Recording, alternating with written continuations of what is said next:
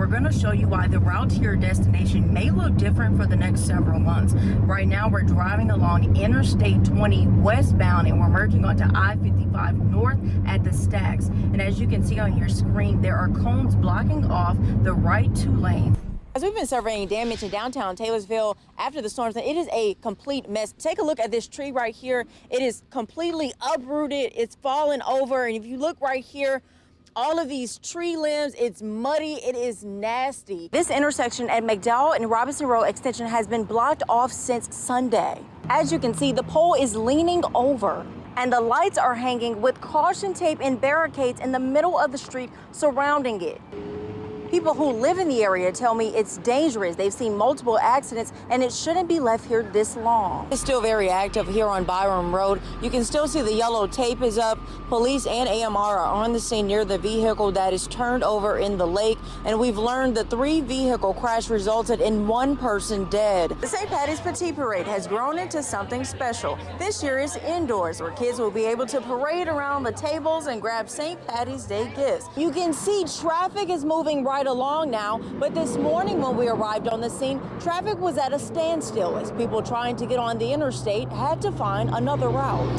This area is completely blocked off with yellow tape. You can see behind me, Capitol Police Crime Scene Unit is on the scene. We've seen investigators putting at least 20 yellow markers on the ground. The river is expected to reach 48.5 feet, which is moderate flood stage. At the flood walls, you can see flood marks showing different water levels. To prepare for the river rise, the city has put in place barriers to fill in the gaps on the wall. At the Forest Hill High School auditorium was the first mayoral forum. The idea was brainstormed and executed by a student. Students were able to ask questions and hear answers from 11 mayoral candidates about issues they want to see changing. This fire left several families with nothing. Take a look at these donations gathered by people in the community, all to help these families get back on their feet. It's been over a week, and I haven't seen anybody out here talking about fixing it. A blocked-off intersection on McDowell and Robinson Road Extension has caused people to find alternative routes after someone hit a pole Sunday evening. Friday, Jerry Fields, who lives in the area, says the intersection is far too busy for the city to let it sit there over a week. I almost had accident after accident here in Jackson right at this intersection. Oh, if it was in these though, it been fixed. This is left though. It's sad, it's dangerous. We got people come through these people's businesses like a racetrack. Look over there. Turn your camera over. Look at all these cars lined up going through Walgreens parking lot. That's dangerous. What if a child walking out? Harwell Payment has lived in Jackson for over 30 years. He says the city needs better leadership. We don't have leadership. If we had it, this wouldn't be. Since Sunday afternoon, this has been laying on the ground. Jackson needs to open their eyes to the city. Potholes, the floods that people get in their yard. The 100 Black Men of Jackson Incorporated is an organization that has been around for 35 years. The program mentors young men from ages 8 to 18. Their mission is to expose the mentees to positive older men to change their mindset and instill great values in them for a path of success. They have an opportunity to travel, an opportunity to take ACT testing, dining etiquette training.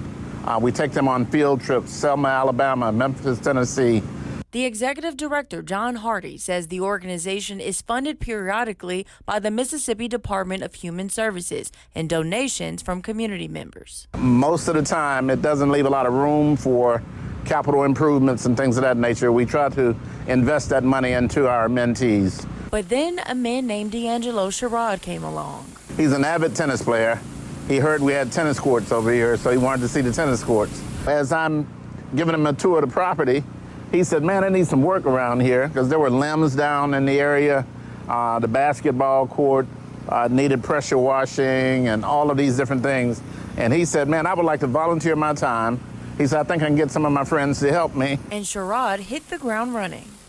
Among numerous things being renovated, one of the biggest accomplishments is the basketball court. It went from this to this.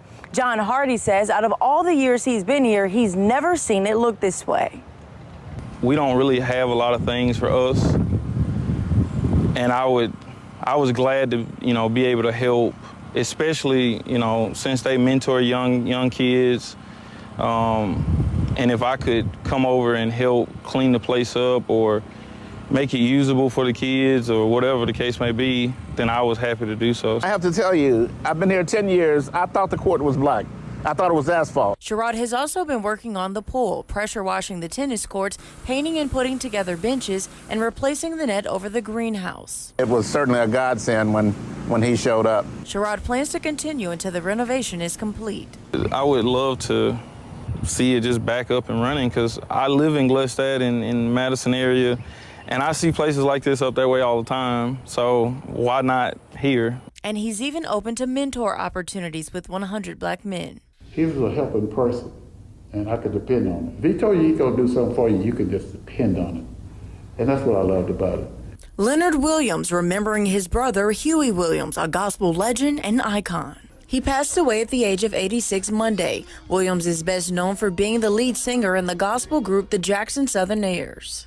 In 1992, the group received a nomination for a Grammy Award for Best Traditional Gospel Album category at the 34th Annual Grammy Awards for the album Thank You Mama for Praying for Me.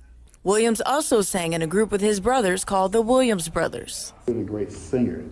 You know, I watched him sing, and I was trying to imitate between he and Frank. My voice was closer to Frank.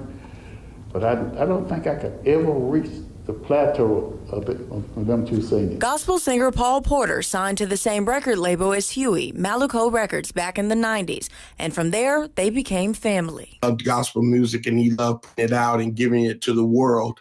And I just want everybody to remember him for his love, his compassion, for his giving spirit because of what he did for me. Remember him for that, because not only is he a legend and an icon, he was a giver. Leonard Williams says his brother was straightforward and a helper. I said, when we were small, showed us how to sing. Him and Frank would teach us how to sing.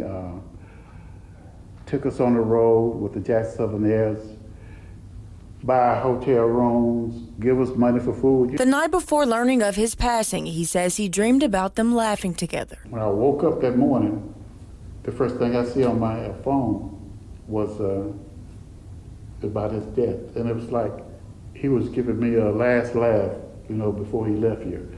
That kind of shook me. Williams says his brother continued to travel and perform until his death, and he hopes to be the same way. When I cross over and say, "What's up, Huey, Frank, and Pops?" You know, we're going to be up to singing in heaven, and that heavenly choir. In Jackson, Kennedi Cooper, 16 WAPD News.